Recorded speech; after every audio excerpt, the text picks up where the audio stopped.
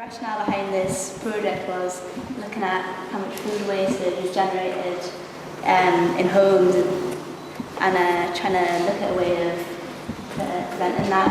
I looked at like the Low Food Hate Waste campaign, and one of the things that they encourage consumers to do is freeze food so they can store it for longer and make use of it in that way. So I started looking at like packaging and ways to encourage people to freeze milk. So I also looked at a RAP report which said 12% of people don't actually know that you can freeze milk, and even more sort of didn't know you could freeze dairy products such as eggs.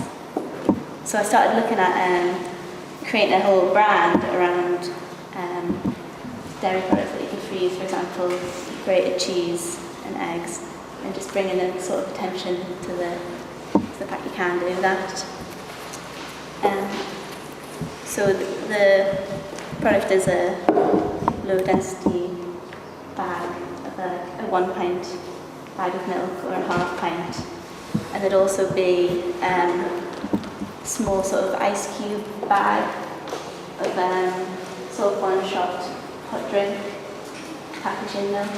So you would freeze that, and then you'd be able to just pull out what you need and drop it straight into your hot drink, and it melts there, and then to avoid waiting for it to defrost, because the pint and half pint sort of takes overnight defrosting times out of the fridge. And talked a bit about the jug, which was sort of designed as a traditional, like sort of going back to when food wastage was acceptable, so it's quite a traditional shape, apart from the spout, which allows milk to be poured out the bag without touching the jug, so it doesn't need to be washed as often. The Meadowview name came about by sort of like looking at existing dairy brands and this sort of like romanticised version of the countryside.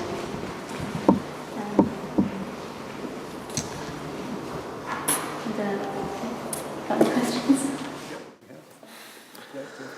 I have a couple of questions actually. I had one prepared, but I've got more now. Do you see this being applicable to other beverage categories or only milk? Yeah, there's no reason why it's almost like a category C, so it could be. Or, yeah, I hadn't really thought about it, but... I did. Orange juice.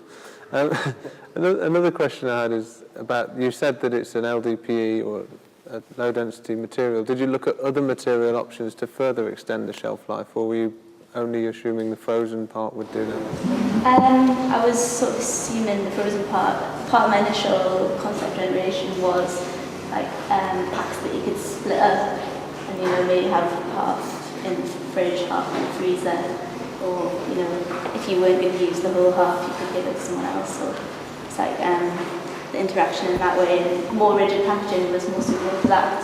But in the end, the sort of concept I went with was this like flexible, so that it can fit in people's freezers and fit around their existing what they've got in there. So how does it actually fit in the jug?